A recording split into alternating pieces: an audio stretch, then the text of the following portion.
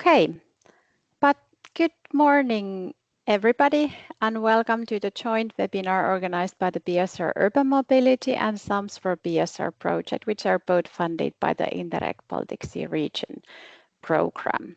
And today we will share results from two surveys focused on sustainable urban mobility and logistic planning and implementation of the TEN-T regulation in the Baltic Sea Region cities. My name is Maija Rusanen. I work at the Union of the Baltic Cities Sustainable Cities Commission and City of Turku.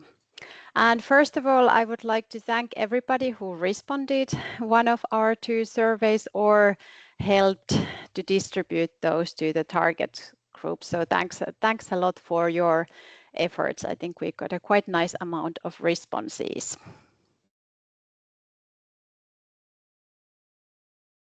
So first we will hear the key findings from the surveys and then have some conclusions, and then we also hopefully have some time for discussion in the end of today's webinar. So why did we do these surveys? So one key EU level target in the context of urban mobility is that all 431 urban nodes along the TEN-T network would adopt and monitor sustainable urban mobility plans by year 2027, covering the functional urban areas. And of course, SUMPs are not only strategic planning tools for urban nodes, but also other European cities that help to integrate the planning of different mobility modes. And we will, of course, focus on the Baltic Sea region cities and especially the urban nodes. So we joined forces with the two projects and we wanted to find out what is the status of sustainable urban mobility and logistic planning in the Baltic Sea region cities and how ready they are to respond to the TEN-T regulation obligations as well. But we also wanted to know a bit what are the cities' needs, challenges, and their policy priorities. And we will then use the survey results in planning the peer learning capacity building activities in the BSR Urban Mobility project. So that was also one of the key aims why we did this survey. So we implemented two surveys in the SUMPs for BSR. The survey was targeted to the national SUMP contact points, and we received responses from six countries, and that covered the national legislative frameworks for SUMPs and the current status of SUMP development in each country, as well as the support offered and what would be the needs for support. And then the other survey in the BSR Urban Mobility was targeted to local and regional authorities. It was not only for the urban nodes, but we got quite a lot of answers from the urban nodes from the Baltic Sea region cities, and we got altogether 86 responses. So that's a quite nice number. And we had questions covering the implementation of the SUMPs and SULPs, about policy priorities, then awareness and readiness about the TEN-T regulation concerning urban nodes, but then also questions about specific topics like active modes and multimodal and logistics hubs and monitoring and evaluation. So these are today we will share some results from these surveys. We will still continue then checking the results more in detail, but we will give you a sneak peek today. And then what is BSR Urban Mobility? So that is maybe not a typical EU-funded project, but it's a platform project that brings together tools, guidance, and demonstrated solutions from 17 different projects that help to tackle urban mobility challenges. And our aim is to consolidate the knowledge into state-of-the-art report on sustainable urban mobility and logistic planning. And this is also where the survey results will quite a lot contribute to help to produce this report. Then we will, of course, use the results to plan our peer learning capacity building activities that are targeted to mobility planners and experts so that we can really address the needs of cities and the perceived challenges as well. And in the end, we will produce this BSR Urban Mobility Policy Framework, where we then gather all the lessons learned to enhance active and efficient urban mobility in the Baltic Sea region. I will give the floor now to my colleague Ira Sibelius, who will then tell briefly about the SUMPs for BSR project. Thank you, Maija, and good morning on my behalf as well. I'm the project manager for SUMPs for BSR project, also working at the Union of the Baltic Cities Sustainable Cities Commission at City of Turku. And SUMPs for BSR, we have been working from 2023 already, and our focus is on the small and mid-sized cities and sustainable urban mobility planning, supporting the small and mid-sized cities in the sustainable urban mobility planning. Also, we've been strongly focusing on active mobility and developing the monitoring and evaluation practices, as well as data collection on active mobility. And currently we are closing towards the end of the project, and we're organizing an online training program on a SUMP, and it includes 5 modules, each of which has webinars, workshops, and independent learning materials with some expert insights, case studies from cities, and practical tools, peer learning opportunities. And all of the training materials and recordings will be available at the Baltic Sea Region SUMP Competence Center website, for which there is a QR code on the slide. Also, we've been kicking off a SUMP clinic, offering individual support to 5 cities. We have Rostock from Germany, Vaasa from Finland, Tauragė from Lithuania, Luleå from Sweden, and Tartu from Estonia that we're working with. And in this project, we have also a cross-border advisory group helping us to steer the focus of our activities. And through this forum, we have been engaging with the national SUMP contact points in the Baltic Sea region with some of them. And we made a short questionnaire to them to map out the status from their perspective on the SUMP development and the support they are offering to cities on the topic. And next, our project manager, Marja Käger from Institute of Baltic Studies, will share a few highlights of these results. So over to you, Marja. Yes, thank you, Ira. Good morning from my side as well. And what did we get to know from national contact points of BSR region? We got answers from 6 countries: Estonia, Finland, Germany, Lithuania, Poland, and Sweden. And we saw that most countries don't have national legislative framework requiring cities to adopt SUMP. However, there are national guidelines and recommendations, and even it is common to voluntarily adopt SUMPs. So there are more SUMPs than required. But one exception is here that Poland mentioned that they are developing at the moment legislative framework. So some kind of development is seen also. While some countries reported that SUMPs are widespread adopted, then among the larger urban node cities, then there were several mentions also about smaller municipalities. Some of the countries mentioned that even smaller ones have SUMPs or something similar, but we still saw that smaller municipalities often lag behind. And even if they have something, it may not be aligned with the Annex 5 of the TEN-T regulation. So it's really kind of different level of what kind of SUMPs different cities have.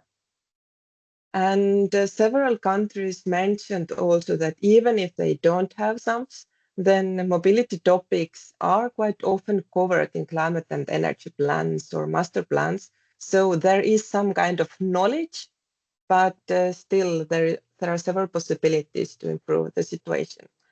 And some sites from the questionnaire as well. For example, Sweden mentioned that they have, if I remember correctly, about 18 urban nodes, but they have much more SUMPs in their country. And actually, the situation is really good in Poland, where they have 30 urban nodes, and 27 of them are already having SUMPs, and you are in preparation. But again, we don't know the real background. Should they update these SUMPs already? Are these actually compiled based on the requirements of the NT?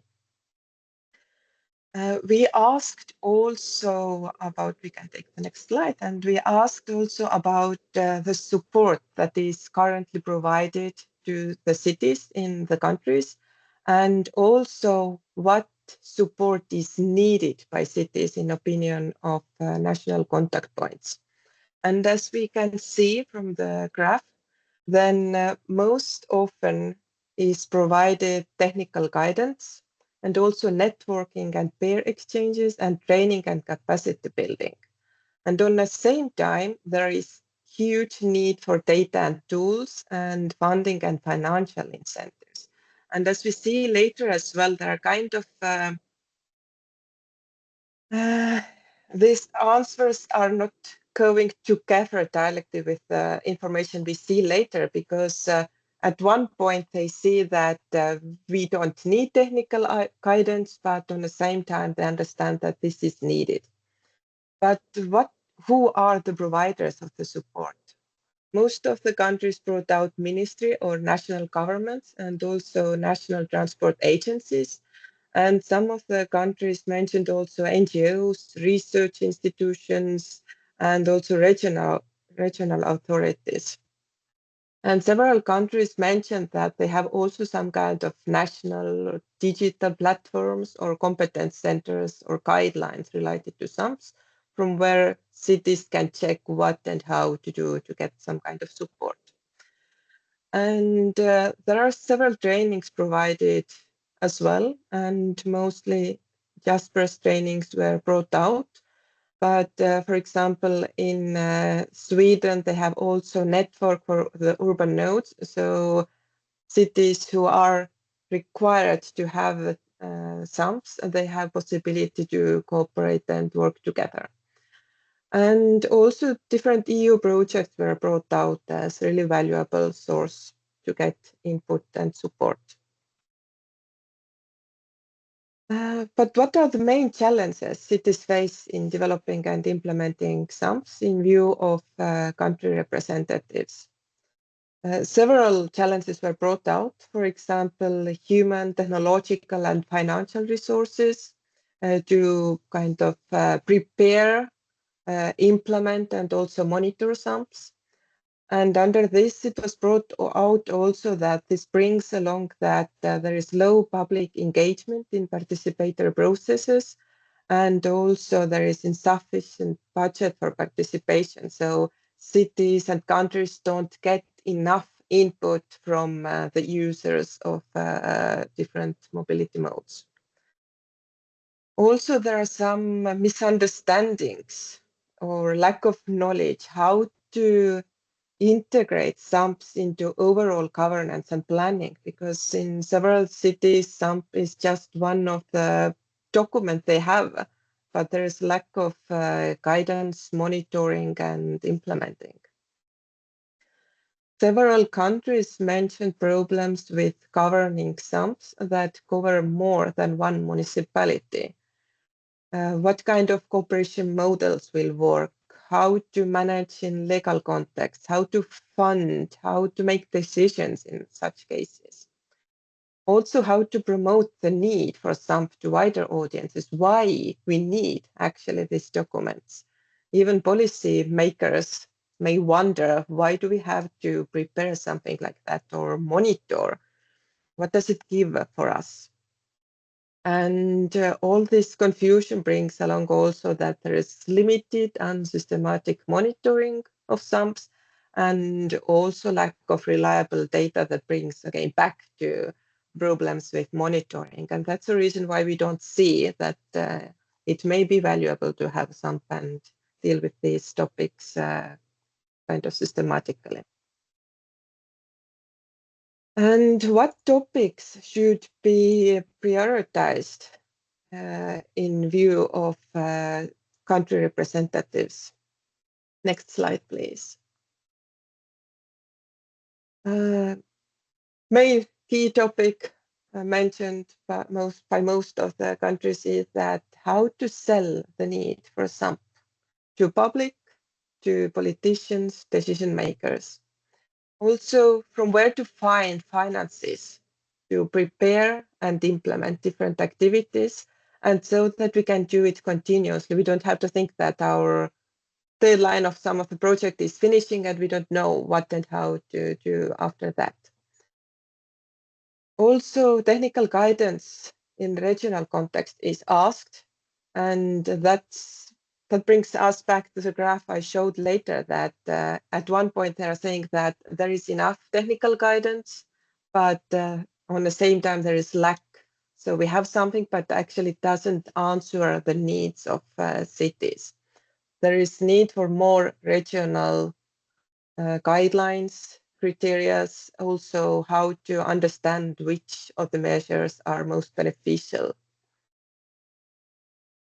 Also, support is needed to understand what kind of methodologies to use and also what kind of data to collect. And it's good to have common methodologies for that, so we can compare results in different cities, different countries to understand the situation. Again, how to monitor SUMPs, connected again, collecting the data and engaging public and stakeholders. And again, how and what can we do in case of functional urban areas, how to monitor, how to implement. And one side again to show that we need all kind of support that is possible. And this strengthens also the national borders and joint pilots. So we have to cooperate to share our experiences. And that's all from my side. Thank you. And I'll give floor to the next questioner. Yes, then we will jump to the BSR Urban Mobility, and Anne Böder from Tallinn University of Technology will present our results. So, hello from me also. I'm Anne Böder from Tallinn University of Technology, and we worked and administrate the survey for this urban nodes. And very simply, then we had in total, as was mentioned, we received 86 responses. So in overall from the 9 countries, and out of this 86, 60, so it was 70%, this indicated that they are urban node, and other 30% were other cities or municipalities or regional authorities. Who at this point are not on urban nodes or are smaller or not smaller in administrative units. So we mostly, yes, okay. So basically we had a good breakdown in terms of size, that it was relatively even among different this size units. So it was mostly from out of this 86, 26 was cities between 100,000 and 300,000 inhabitants, but otherwise other size groups were quite nicely evenly distributed. Typically, and who were the respondents? So overwhelmingly 2/3 were these local public authority representatives. As in nine countries, we have different administrative structures. This affects also in terms of this mobility planning. So in some cases, so it was around 9 who said that they are representing this regional public authority levels, and this smaller number of other organizations or a few joint municipal authorities. Next. So before we started asking in our survey about this specific question on mobility, logistics, and tent regulations, we asked everyone this free comment question: what is overall their priorities related to mobility challenges, and their comments have been summed up, and on this left side there is what are the 8 most relevant topics from them, and on the right side just a keyword of all the topics that were brought out. And it was very overwhelmingly that most relevant priority development and solution related to public transportation solutions, promotion of public transportations. And on the sustainable modal shift, this is summarized just explanations on this, that we want to make overall our mobility more sustainable, this related, but we separated separately this active mobility, meaning that who said specifically that promotion of walking and cycling, and this separately from this also who specifically specified that they want walking and cycling infrastructure, cycling roads, so it was around 20%. And on this environmental impacts, like one third of the respondents, these are the keywords who talked that they want to reduce environmental footprint, CO2 emissions, related examples. But in overall, it was that the public transportation issues most relevant priorities to those who answered. So next. Our questionnaire was developed to 4 main parts. It was urban mobility planning, urban logistics, active mobility, and tent regulations related questions. So we started very simply with questions. Do they have a sustainable urban mobility plan or similar plan already in place? So out of as you can see that 45% so answered that they already have a sustainable urban mobility plan in place. Or this just 1/4 that they have a mobility plan that even it's not fully in line in this SUMP concept at this point. Around this it was 9 answers that they are currently in the process of actually preparing their first sustainable urban mobility plan. 16 answers out of 86 said that they at this point they do not have a sustainable urban mobility plan. So among those who had answered that they have already something in place, this question was what kind of territory this mobility plan is currently covering, and so among it was this functional urban area, meaning core city and commuting zone, or this core city territory. Territory was this main answer. There were some examples of those who indicate that they have plan for this wider region, this others that wider than only this functional urban area. So next. Before going, since we asked those who do not have, this was 16 responses. So what is this their situation related to this? So and a little bit on their background on this 16 responses. This mostly who do not have plan. These were the smallest these municipalities. So out of the 16, 14 was these cities or these regional authorities with less than 100 inhabitants, and here it should be specified that out of these 14, 10 were this smallest category. It's a municipality or city with 50,000 residents or less. And out of 16, 7 says that they plan to prepare this sustainable urban mobility plan or mobility plan this by the end of the next year. And the question why they are not out of this 16, why they are not have SUMP. So most main reasons that was out of the 64 who commented that they are not required to have separate SUMP.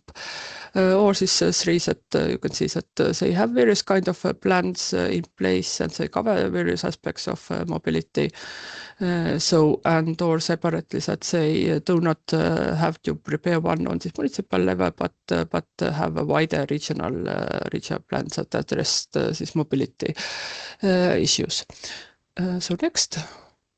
So this some of those examples and these questions on what is overall the biggest challenges seen by the respondents. This implementing this sustainable mobility. This on the right side, we ask them on to scale to assess list of aspects from not very challenging to very challenging. That this is represents this mean score. So it was overall funding issues. This was funding was added also in this commenting options, but it was not so much expanded on these free answers as overall this political planning issues that received the longer comments.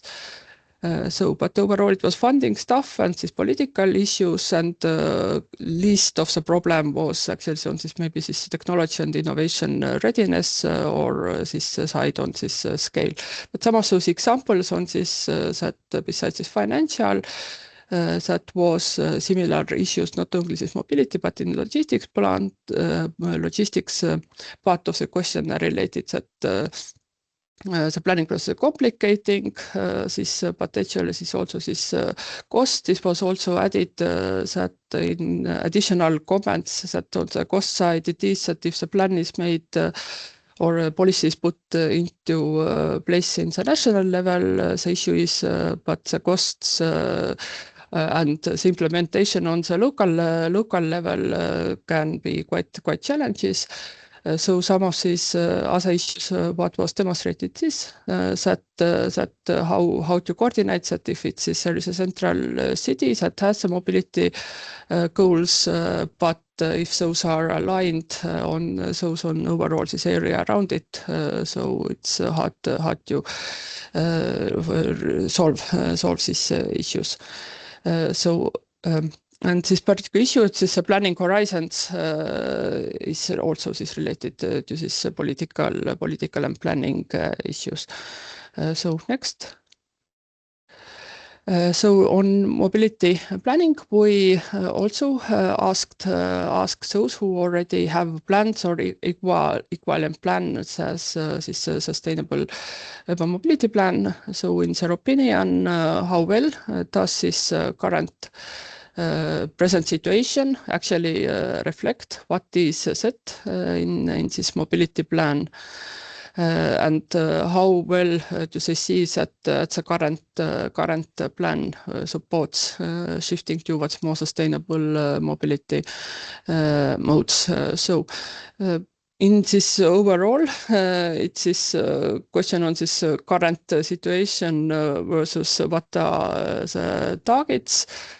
So in both cases, there is mostly dominant question is somewhere in the middle, that in the scale, when the scale of 1 to 5, then overwhelmingly it's in this category 3. Upon this current modal split versus this targets, there was one tenth who didn't actually didn't know how well what is the current situation, they couldn't assess it, but in overall it was in the middle or a little bit on this category that maybe on this not so well compared that this current modal split.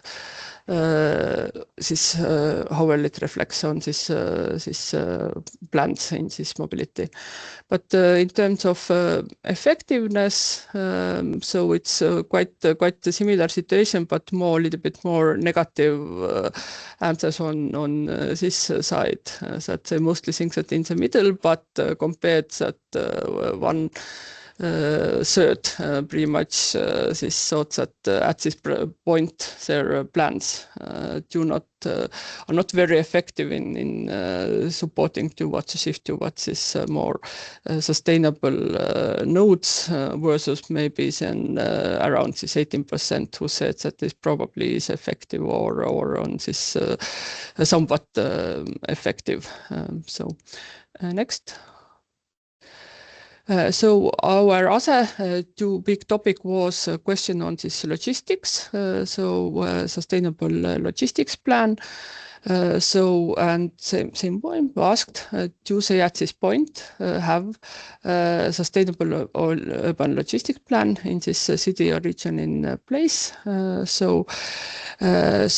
it was 1/10 they did not know. And only this was 9.3% out of them answered that they actually have sustainable urban logistics plan in place. And among this, most of who did not have it was that they don't have a separate plan for this logistics so far.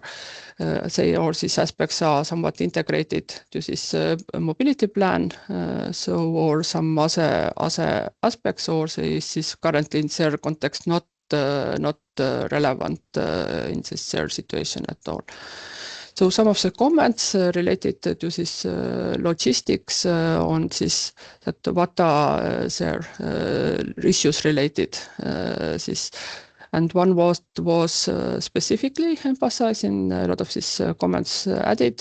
So it was this availability of current situations, that they have data, or this example that they know how about this mobility of how people move, but don't have this good overview on this logistics side.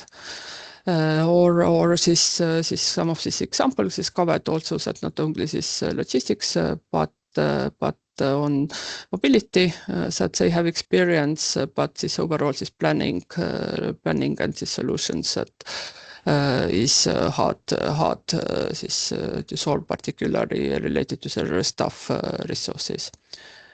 So next.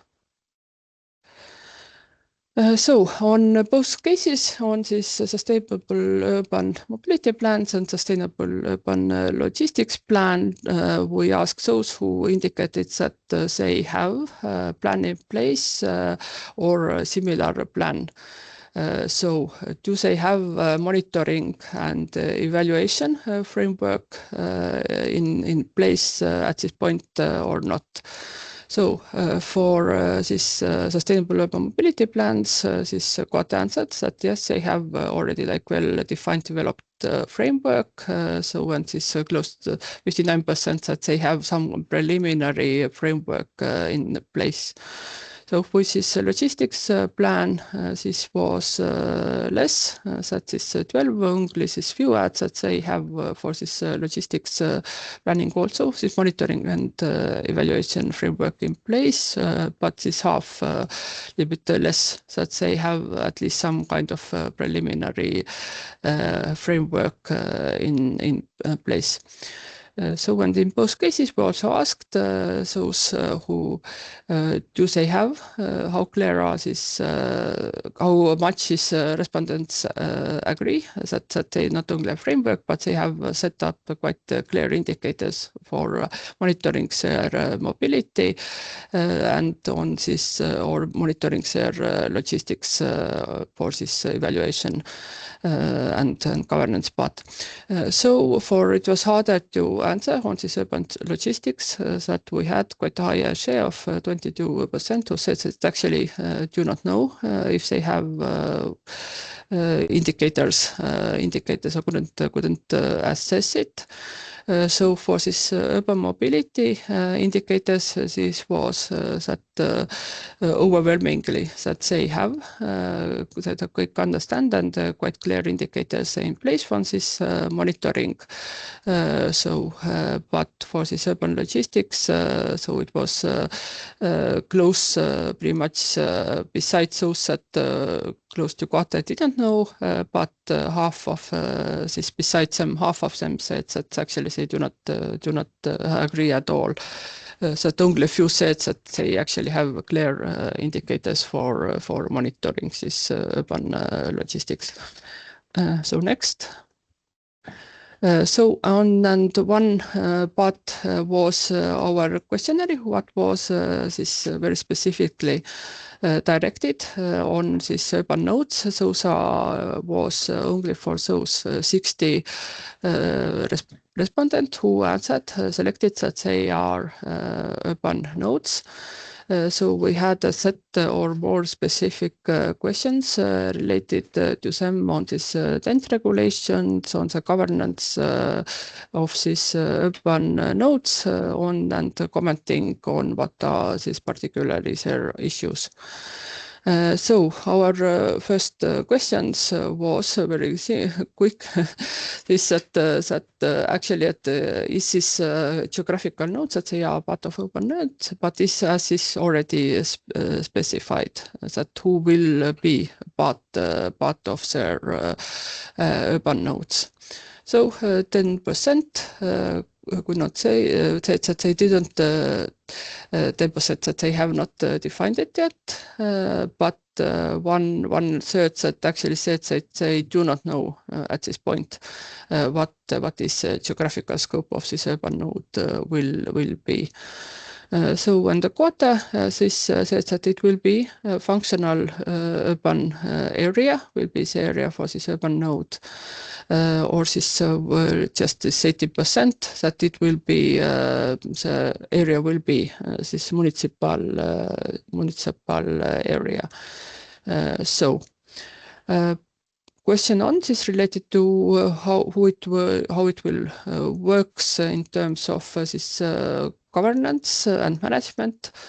So this is here. This is a question on the total number of answers.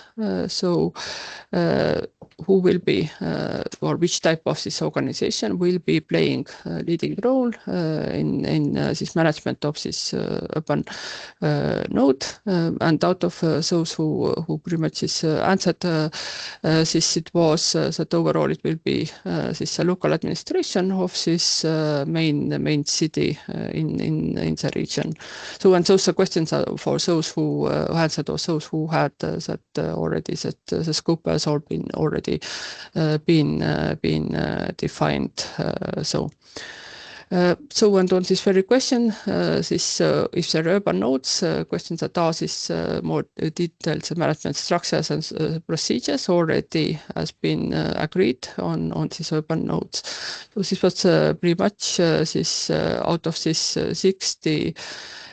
So close to half, they actually did not know the answers, more specifically if the management these procedures are in place or not. So, and it was otherwise it was split on this 27 and 27% among those who said that yes, they to their knowledge the management procedures are in place or being worked on, and 27 that they actually are not in place or has not been addressed.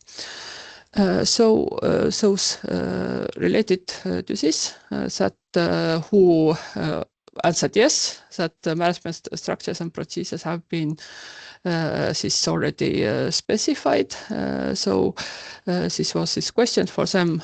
So who are actually these stakeholders? At the same time, there were several stakeholders could be involved on this management, and so it was quite as expected that in most cases it will be both on this municipal level authorities or regional authorities as well. It will be a mix with this public transportation offices involved in this governance and running it. So next. So on these urban nodes, our one particular question of interest was related how well they are at this point aware what is this tent regulations, what will concern them, and particularly what are these short-term changes and requirements coming. And we asked them two set of questions. these four main points. First, how aware they are, and secondly, how prepared they are. So on this four main question, it was that in short term that the urban nodes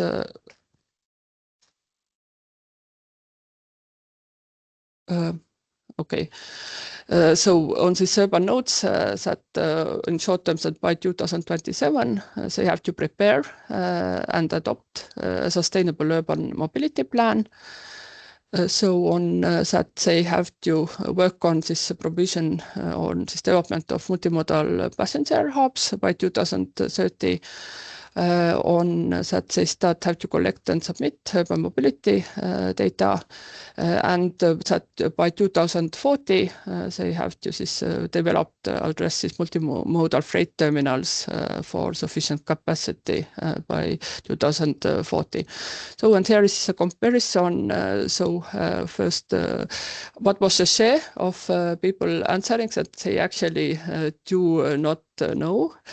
On this comment on these other aspects, it was free to them just to add is some specific related other aspects that they think that should still addressed, or do they know some other related other aspects. But overall you can see that on this part that I do not know answers on them, that it was this lowest lowest among these SUMP plans. On this, but these differences were not so big from this. I do not know that pretty much stably.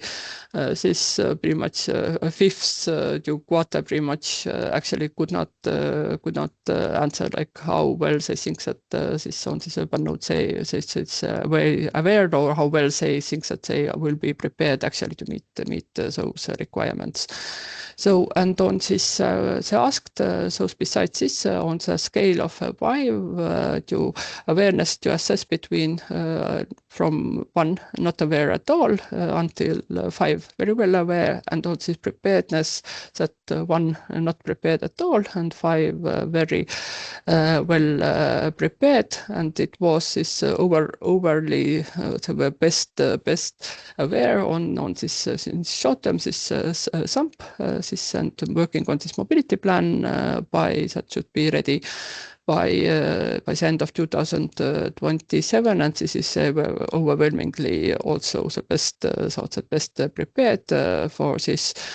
This on this related to this overall collection of this starting collection and submission of urban mobility data, but the least aware and least prepared was this topic of this multimodal freight terminals. And proceed with this.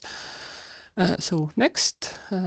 We will skip this was pretty much the same data.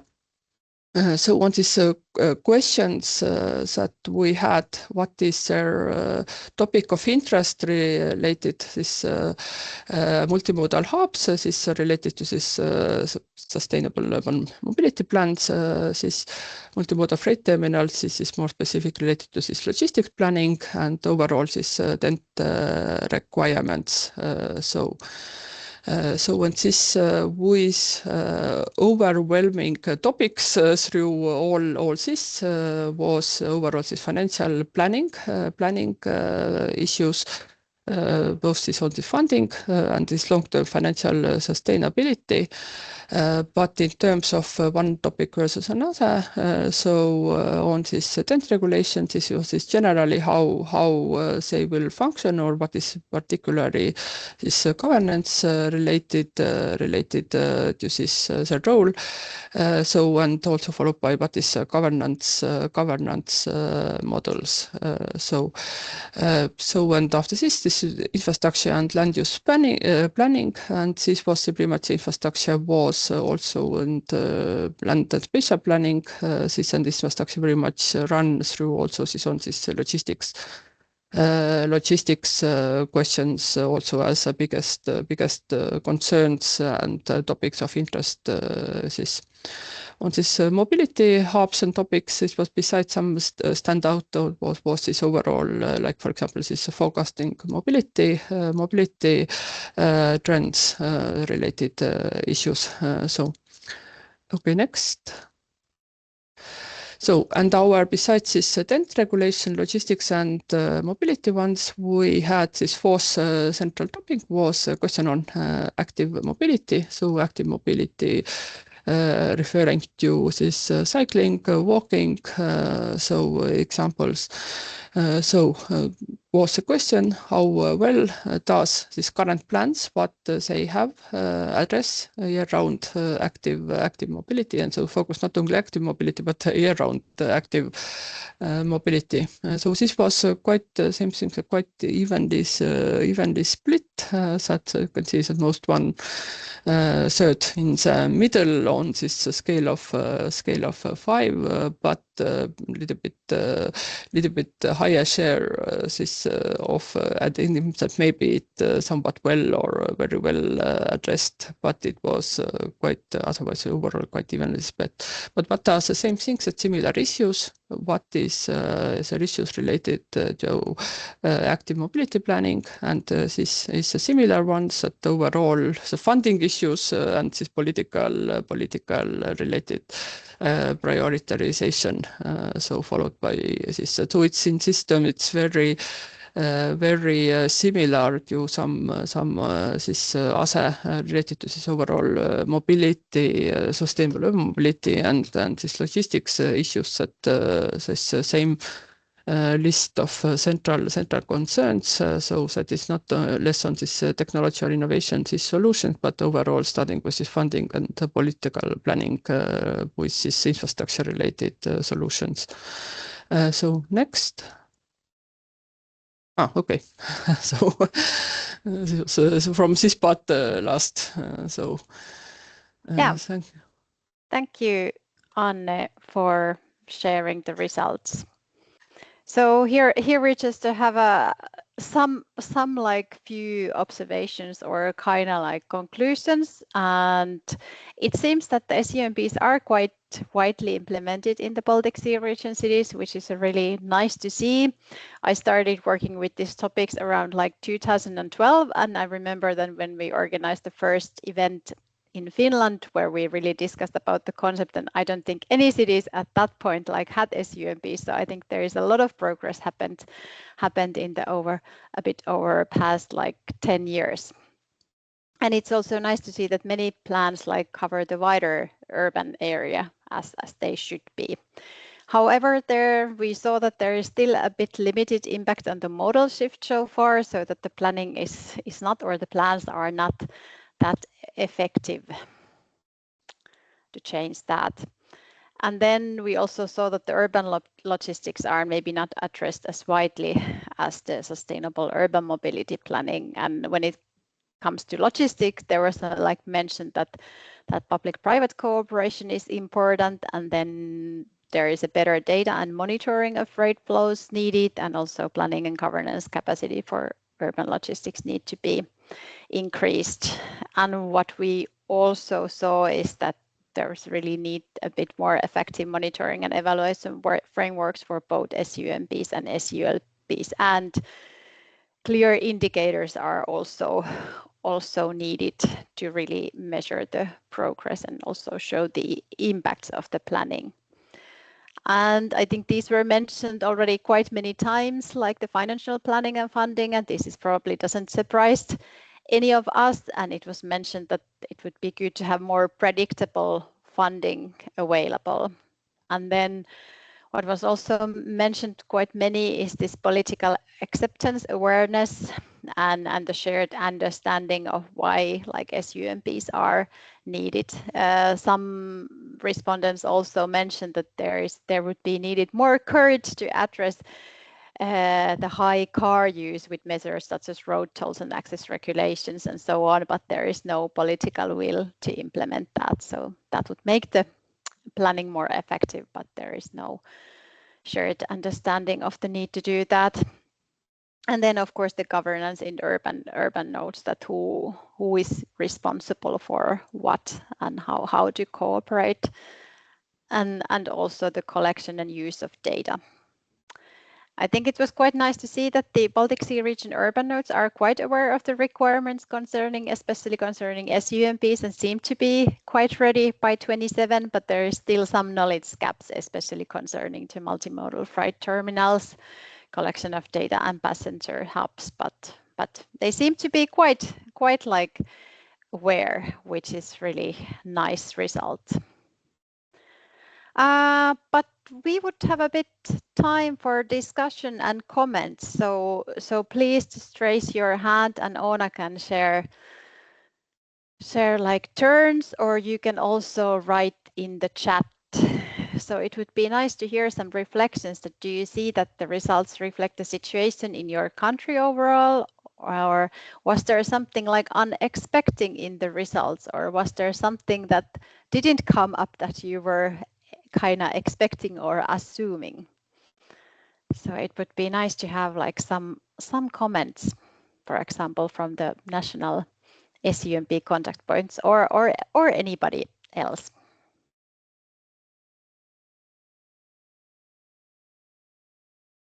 Do we have anybody who would like to share some views or reflections? Yeah, we have one hand up. Go on, Ivo, first.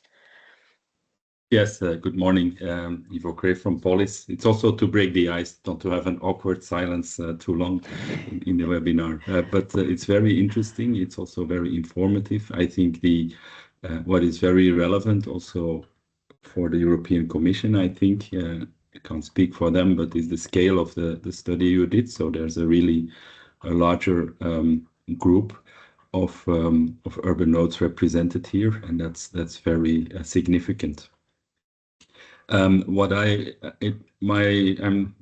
thinking if it's a question or a comment, but basically there are two axes you have developed. There is this idea of compliance. Do people know and and see the 2027 deadline? And the other aspect is quality and impact of the planning. And I think it might be interesting throughout the project to keep an eye on that.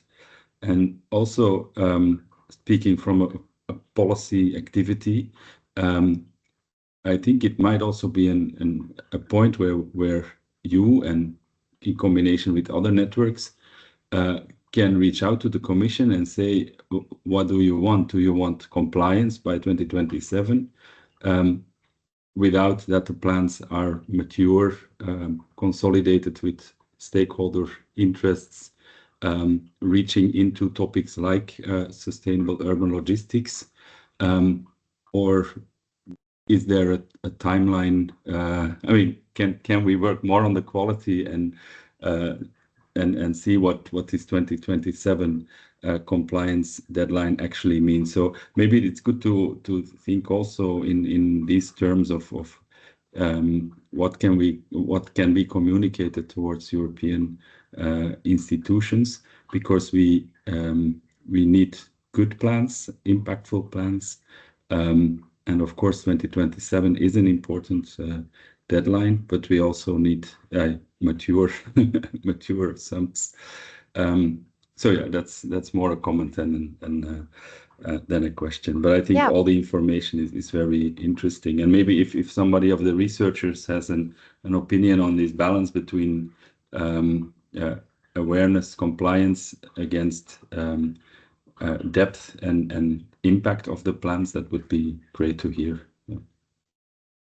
Thank you, Ivo. That was a very, very good point, and I think this has come up in some of the discussions in the advisory board and in the cities, that there is like that quite many start to have like SUMP, but then how about the implementation? I think many cities like mentioned that it's really not enough that you do have the SUMP, even though you would have the good quality one, but you still have to like implement that. So I think that also kind of relates to the, of course, to the political acceptance, and I think quite a lot to also to the monitoring and evaluation and indicator questions, that do we have like data to really prove the impacts, and how can we really monitor the progress of those plans. So, but that was a very, very good plan about the comment about the kind of the quality versus like that do we just have the plan. Okay, next we have Alicia. Go ahead. Hi, Alicja Pawłowska from the city of Gdynia. This was a very interesting and informative presentation. Thank you very much. I was especially interested to see that the SULPs were also included in this monitoring, in this survey. And I was wondering, regarding the SUMPs, we already know a lot, but when it comes to SULPs, is there EU policy that is also saying that this should be compulsory, or are they kind of going towards dividing the two documents, or is it totally up to a city? So generally, are we or is the EU going towards separating the SULPs from the SUMPs? I'm not sure if I'm the best one, if somebody else has lost like a better knowledge, but I don't think it's like now like I think it's recommended that there is like policies on sustainable urban logistics. But what I heard that perhaps in the new SUMP guidelines, the recommendation would be that the SUMPs and SULPs should be like integrated better, so that they are not like addressed like totally separately, but it would be more like integrated approach. But perhaps somebody from the audience has a better overview on that. But yeah, no like obligations like at the moment, to my understanding. And I think that's some question that we will probably discuss in the project, like what is really the recommended approach? Is it to have a separate, or should it be integrated better in the SUMP? Yeah. Because we have it integrated, and it is very much sidelined now, because there are not enough capacity, not enough resources, and we focus more on the mobility of people. Therefore, in my opinion, maybe to have a separate approach would also push the cities a little bit forward towards focusing on it more, and not kind of sidelining it too much. That's a good point. Thank you, Alicia. Yeah, we have one more hand raised. Go on, Anne-Charlotte. Yeah, Anne-Charlotte from Eurocities. Also from my side, thank you very much for the very interesting insights. And I think also looking at the question Ivo raised, I think it very much also reflects what we kind of sense from our networks and city members, but it's really good to see it in figures and have like this very detailed analysis made on this specific geographical area. The question I would have is whether in the conversations you have with all these different actors, you've also been looking into the connection between the urban nodes and let's say their corridors, or their the corridor coordination. Has that come up at any point, or was that let's say a bit out of the conversation and analysis? We have to say that we started the project like last summer, so this has been kind of the first step to do the survey. So we will have quite a lot of these peer learning capacity building activities where we will then more focus on discussion about these topics. So we haven't really had much of those possibilities besides the survey. But perhaps Tommi could have something, one of our partners from Scandria Alliance. Maybe you have something to say about this topic. Yeah, thank you, Maya, and thanks for the question, Anne-Charlotte. So you might have seen on one of the slides, this was one of the questions, and indeed, the idea is, as Maya said, now to go on in this platform projects with a number of peer learning activities, and one group that we want to create is really explicitly the urban nodes along the 2 main corridors crossing the Baltic Sea region. And I guess that this question of corridor governance and I mean participation of urban nodes and representation of urban nodes in this corridor governance might be one of the key questions we want to discuss there, among others. You might have seen it on the slide that this was also ranked relatively high, at least now from the respondents in this survey. But this is something that is still upcoming, I would say. Okay. Yeah, good to know. Thank you.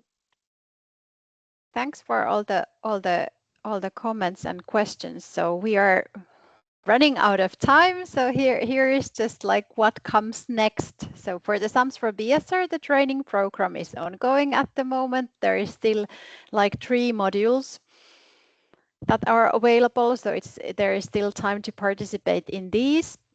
And then there is also the UPC Talks webinar coming up on monitoring and evaluation for active modes, and also the SUMPs for BSR in cooperation with the BATS project that are focusing both on active mobility will organize final conference. And how our work continues. So we will, of course, continue the more in-depth analysis of the survey results. We didn't share everything with you today. And then we plan to also have continue with the focus group interviews with selected local authorities. And then we are currently planning the peer learning and capacity building activities. And as Tommy mentioned, we would really kick off first with the first event dedicated to Baltic Sea Region urban nodes in June 26. So there will be more information will follow on that. So we will really analyze the results, but it's really nice to get your comments about the points that we should discuss with the cities when we start to organize these events.